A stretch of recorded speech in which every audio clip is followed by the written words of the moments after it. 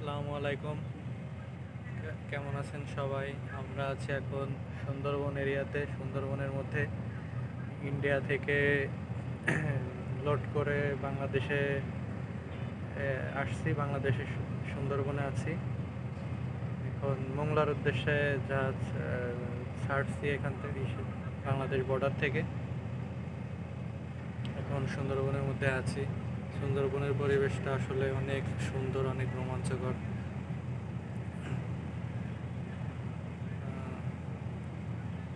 পরিবেশটাও খুব সুন্দর, অনেক গাছপালা।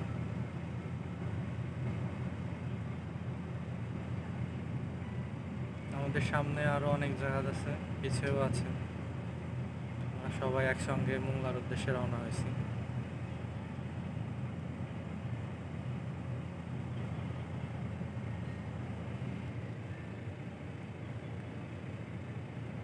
চারিদিকে শুধু বন আর বন, মাঝখানে নদী।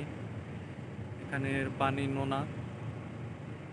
আসলে এখান থেকে মানে ভিতরে কি আছে একদমই বোঝা যায় না, গাছপালা এত ঘন। ভিতরে পশু পাখির ডাক শোনা যায়, মাঝে মধ্যে হরিণ দেখা যায়, কুমির দেখা যায়, বানর দেখা যায়। কিন্তু ভিতরে আরও আরও কী কী আছে, কত রকমের বিভিন্ন ফলের গাছ আছে শুনেছি অনেকের কাছে, বাট কখনো এরকমভাবে দেখার সুযোগ হয় নাই। ভেতরে বাঘ দেখি নাই। ছোটোবেলায় বইতে পড়ছি যে সুন্দরবনে নাকি বাঘ থাকে, তবে সামনাসামনি দেখা হয় নাই। হরিণ দেখেছি অনেক, বানর দেখেছি, তবে বাঘ এখনও দেখা হয় নাই। কুমিরও দেখেছি।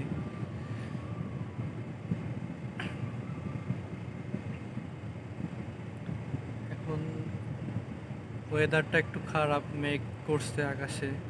এখানের ওয়েদার প্রায় খারাপ থাকে, হঠাৎ করে ঝড় বৃষ্টি শুরু হয়ে যায়।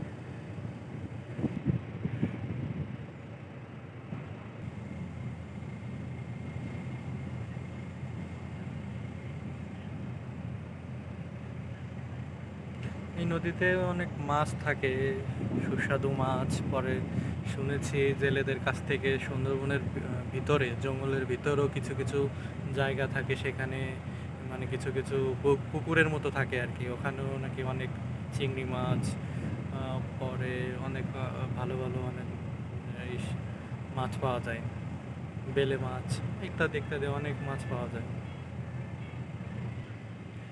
এখন এই যে গাছগুলো দেখতে পাচ্ছেন, যে এইগুলা হচ্ছে গোলপাতার গাছ বলা হয়। যদিও আসল নাম জানি না, মানে সঠিক নামটা মানুষ এটাই বলে।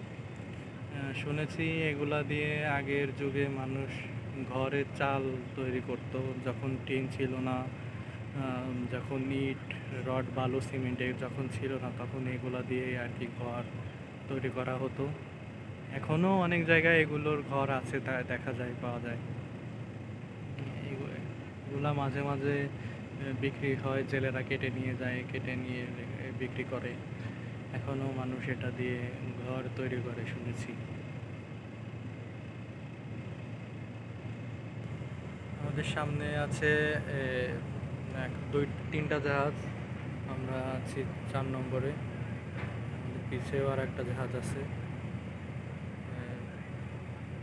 আমরা সবাই একসঙ্গে রাত 2টার সময় বাংলাদেশ বর্ডার থেকে ছেড়ে এসেছি।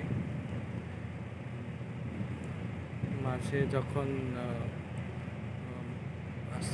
স্রোত বিপরীত দিকে যাচ্ছিল, আমাদের যাওয়ার বিপরীত দিকে, তখন আমরা এক জায়গায় অবস্থান করছিলাম। ওখান থেকে আবার 9টার সময় ছেড়ে এসেছি। এখন ডিরেক্ট মোংলা চলে যাব। মোংলা গিয়ে ওখান থেকে বাজার করে আবার আগামীকালকে ঢাকার উদ্দেশ্যে রওনা হব। আমাদের জাহাজ খালি হবে ঢাকা মেঘনাতে হোলসিম সিমেন্ট ফ্যাক্টরিতে।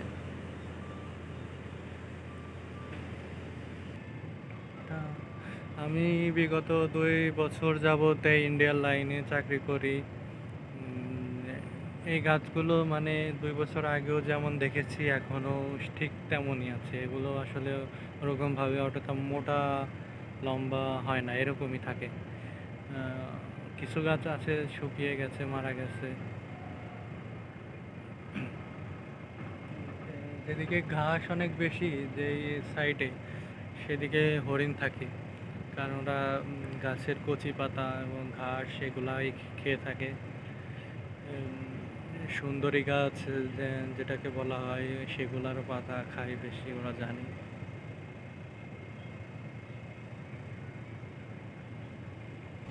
এইদিকে একটু চর সাইড আছে দেখা যাচ্ছে।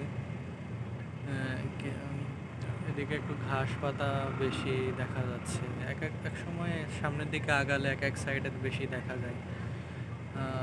এই সাইডে এখন অতটা নেই সাইডে, এই জন্য হরিণ এদিকে থাকার সম্ভাবনা খুবই কম। গাইজ দেখেন আর একটা জাহাজ আসতেছে, আমাদের ওভারটেক করতেছে।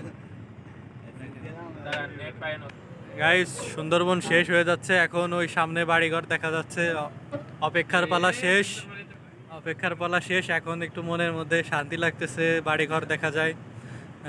বন, এতক্ষণ সারাদিন শুধু বন আর বন, এখন একটু বাড়িঘর দেখা যাচ্ছে। এখন নেটওয়ার্কও পাবে ফোনে, এতক্ষণ নেটওয়ার্ক ছিল না। আলহামদুলিল্লাহ, আবার পরবর্তী ভিডিওতে দেখা হবে। ভিডিও ভালো লাগলে চ্যানেলে সাবস্ক্রাইব করুন এবং লাইক শেয়ার দিয়ে সাথেই থাকুন। আসসালামু আলাইকুম।